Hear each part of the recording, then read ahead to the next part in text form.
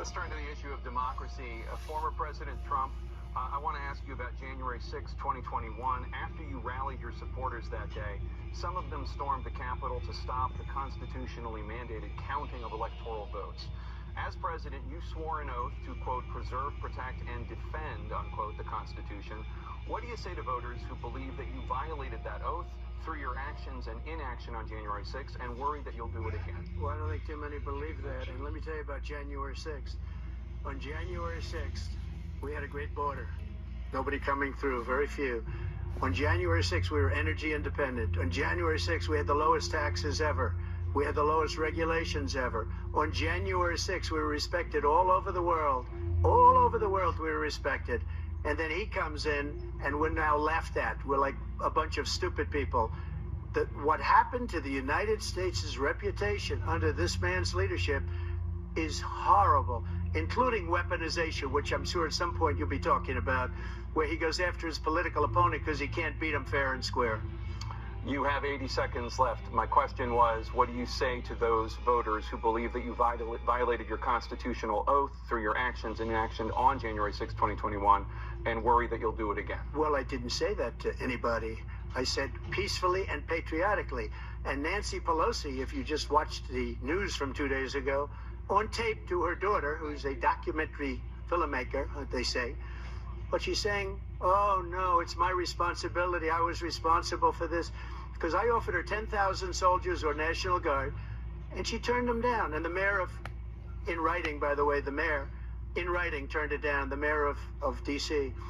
They turned it down. I offered 10,000 because I could see, I had virtually nothing to do. They asked me to go make a speech.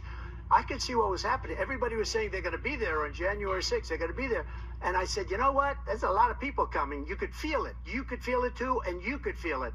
And I said, they ought to have some National Guard or whatever. And I offered it to her. And she now admits that she turned it down. And it was the same day she was, I don't know, she can't be very happy with her daughter because it made her into a liar. She said, I take full responsibility for January 6th. President Biden? Look, he encouraged those folks to go up to Capitol Hill, number one. I sat in the dining room off the Oval Office. He sat there for 3 hours watching, begging, being begged by his vice president and a number of his colleagues on the Republican side as well to do something, to call for a stop, to end it. Instead, they talked about these people being patriots and great patrons of America. In fact, he says he'll not forgive them for what they've done. They've been convicted. He says he wants to commute their sentences and say that no. But he went to every single court in the nation. I don't know how many cases, scores of cases, including the Supreme Court, and they said, no, this guy is responsible for doing what was done. He didn't do a damn thing, and these people should be in jail, and they should be the ones that are being held accountable. And he wants to let them all out, and now he says if he loses again, such a whiner that he is, that there could be a bloodbath. Thank you, President Biden. President Trump? What they've done to some people that are so innocent, you ought to be ashamed of yourself. What you have done, how you've destroyed the lives of so many people. When they ripped down Portland, when they ripped down many other cities, you go to Minnesota, Minneapolis, what they've done there with the fires all over the city. If I didn't bring in the National Guard, that city would have been destroyed. When you look at all of they took over big chunks of Seattle. I was all set to bring in the National Guard. They heard that, they saw them coming, and they left immediately. What he said about this whole subject is so off. Peacefully patriotic. One other thing, the Unselect Committee, which is basically two horrible Republicans that are all gone now, out of office, and Democrats, all Democrats, they destroyed and deleted all of the information they found because they found out we were right. We were right. And they deleted and destroyed all of the information. They should go to jail for that. If a Republican did that, they'd go to jail. Thank you, President Trump. President Biden, I want to give you a minute.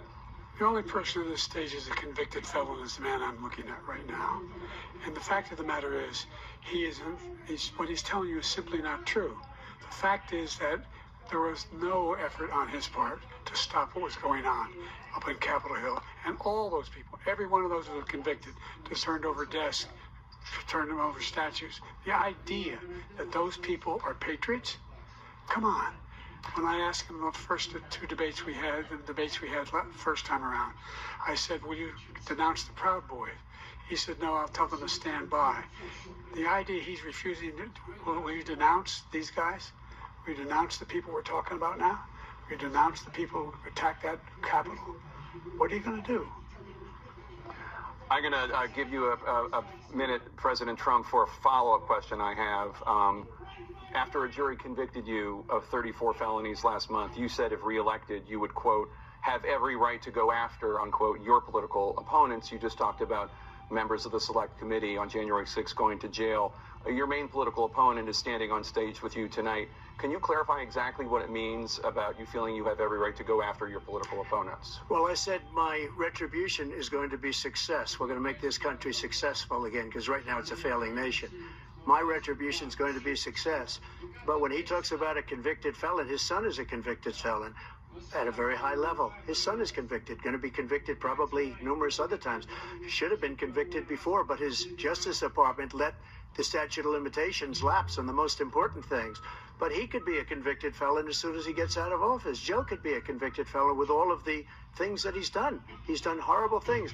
All of the death caused at the border, telling the Ukrainian people that we're going to want $1 billion or you change the prosecutor. Otherwise, you're not getting $1 billion. If I ever said that, that's quid pro quo. That we're not going to do anything. We're not going to give you $1 billion unless you change your prosecutor having to do with the son. This man is a criminal. This man, you're lucky. You're lucky. I did nothing wrong. We'd have a system that was rigged and disgusting. I did nothing wrong. Thank you, President Trump. President Biden, you have said, I'm coming right to you, sir. You want to respond? Go ahead. I'll give you a minute to respond. The idea that I did anything wrong relative to what you're talking about is outrageous. It's simply a lie, number one. Number two, the idea that you have a right to seek retribution against any American just because you're president is wrong. It's simply wrong. No president's ever spoken like that before. No president in our history has spoken like that before. Number three, the crimes that you are still charged with, and think of all the civil penalties you have. How many billions of dollars do you owe in civil penalties for molesting a woman in public, for doing a whole range of things, of having sex with a porn star on the night while your wife was pregnant? I mean, what are you talking about? You have the morals of an alley cat.